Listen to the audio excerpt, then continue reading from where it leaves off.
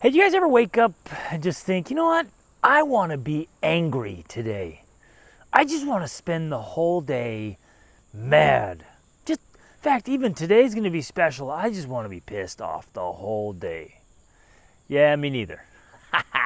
And yet, how many of us spend our days like that? In anger and frustration. And think about what anger is costing you. I wish we could kind of talk and share back and forth here, but think about it. Think about what anger is costing you. In your health, do you realize that just 10 minutes of anger can suppress your immune system anywhere from like 40 minutes to 2 hours? It literally suppresses your immune system. Like you're more susceptible to get ill because you've been angry.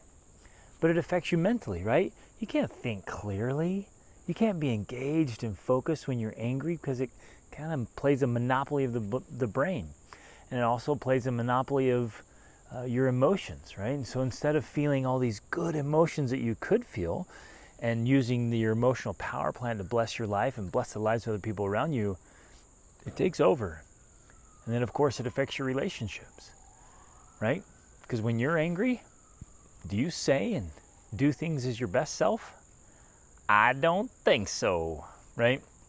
Now, so I'm Greg Denning, and I had a crazy anger problem. I had a temper like nobody's business. And ironically, I grew up, being told that, oh, you have the redheaded temper, like that's a thing. It's somehow the color of my hair affects my temperament, and I believed it. And so for years and years, I believed that I just had this temper and there wasn't a whole lot that I could do about it, until one day I heard this amazing speech, and the speaker just said, look, you can choose never to be angry again. And by being angry, you most often are just playing the victim. He made me mad, or she made me feel like that and made me angry, or I lost my temper, right? Just that whole idea of losing your temper. You play this victim, and so it's though it's not a choice. And so I realized in my late teens, you guys, my temper led me to fighting, throwing things, breaking things, punching walls, doing stupid stuff, right? And eventually I was like, I don't want to live like this anymore. I don't want to be that guy. I don't like my very first question, did you ever wake up and be like, I want to spend the day angry because that just seems fantastic to me? Wait, you don't do that because it's not. You'd rather be happy. You'd rather be peaceful, right? You'd rather be energized and alive and excited. And so I decided back then, I said, I'm done. I'm done. I remember I was in college. It was a Sunday night, and I made this commitment. I'm like, I'm done. I'm not going to be angry anymore because I don't want to be angry. I don't enjoy feeling angry, and I regretted all the things I'd said and done when I was angry. And so the next morning, I walked outside and somebody had shattered my car window and stolen my radio. But I remembered my commitment. I was like, nope, I'm not going to do it. I'm not going to get angry, and I didn't. I stayed totally calm, whatever, no big deal. Called the insurance company during the week, got a new window and a new car stereo. The next Monday morning I went out, exact same thing, except now they've broken the other window and stolen my brand new radio. And it was snowing. And so I just drove to school in a blizzard, and I remember my commitment. I'm like, I'm done. And that was over 2 decades ago. And one of the best decisions I ever made to stop being angry. And I've kept that commitment for the most part. I rarely ever get angry. Now, not all anger is bad, of course, right? There are times to be angry. There's times to get mad. And when we do, we can still be in control. We're not victims, right? We're masters of our anger. And I really just wanted to invite you to do the same thing that has been the greatest blessing to me in my life. Choose to stop being angry. And what I realized over this journey is that small people are bothered by small things. And I was done being a small person. Right? Why would I even give that the time or attention? Why would I allow it to disturb my peace? Why would I allow it to disrupt my life over something so trivial? What were you upset about 3 weeks ago today? Or 3 months ago today? Or 3 years ago?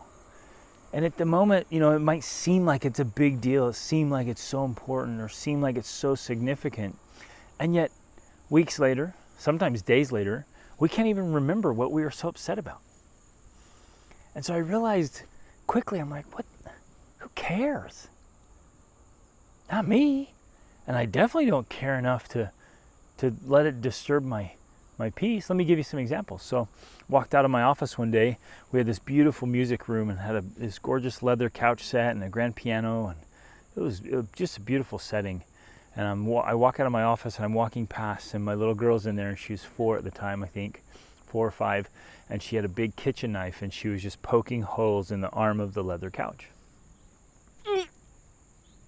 Right? But I remember my commitment. I was like, I'm not going to get angry. What would anger do? Right? Except ruin our relationship. What was done was done. And it was obviously innocent. There was no malice. And I said, Sage, what are you doing? And she's like, oh, I'm playing a game, Daddy. And I was like, well, can I have the knife back? And I sat down and taught her, no, we don't play knife games, period. And we don't play knife games on our leather couch. And I didn't get upset. I didn't ruin the relationship.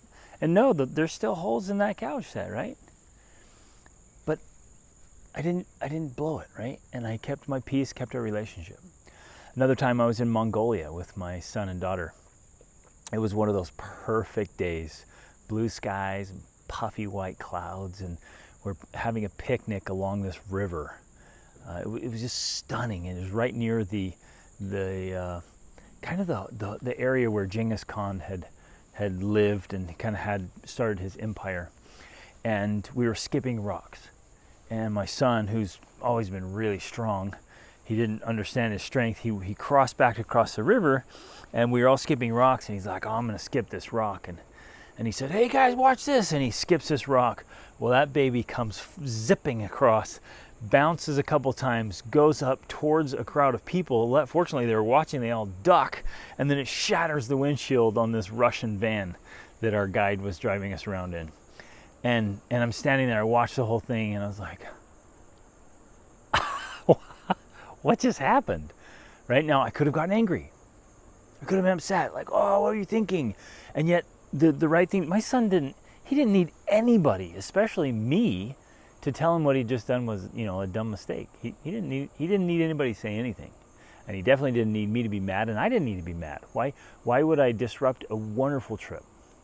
So I waded across the river, went over to our guide, who was super patient and understanding, said, hey, how much is the windshield on a Russian van? And he told me the price, and I walked over my wallet and grabbed the money and handed over the money. He just got a brand new windshield. I think he had some other cracks, so it turned out being good for him. And didn't have to say anything to my son. Just walked over, put my arm around him, like, you're right, innocent mistake, right? But we don't have to get angry. We don't have to be upset. When things don't work out, it's okay. When other people make mistakes, man, the last thing you want to do is get angry at them. When you make mistakes, right? There is a place in our lives for a little bit of anger, a little bit of mad in the right setting. But I want to invite you overall just to stop being angry. Stop being mad. Choose today, if you want to take this, you can choose to never become angry again. It's your choice.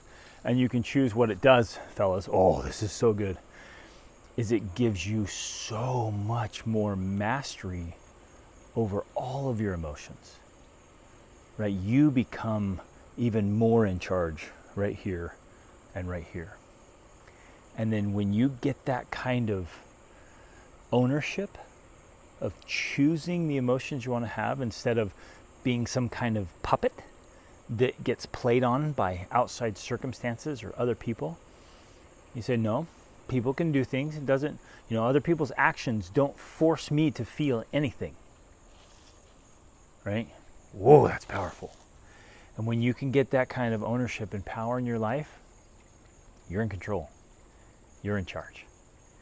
And that's the one thing nobody can take from you. Nobody can force you to feel anything. So choose it. Choose the emotions you want. Choose to stop being angry, especially over small things. Don't be a small person anymore, right? Choose to live in a big way, to be a big person, so to speak, fully developed emotionally and mentally and in charge of your life, and watch how much richer and better, more peaceful, more still, more enjoyable. All your other emotions can now have room to expand and grow because that whole monopoly of anger doesn't take over. So again, I ask the question, what is your anger costing you? Evaluate that. If you're going to be angry, be angry at anger, right? And then let it go and be done with it. And choose to let the other positive emotions win over your heart and your mind and your life, and watch the awesome positive effect it has on the rest of your life. Reach upward.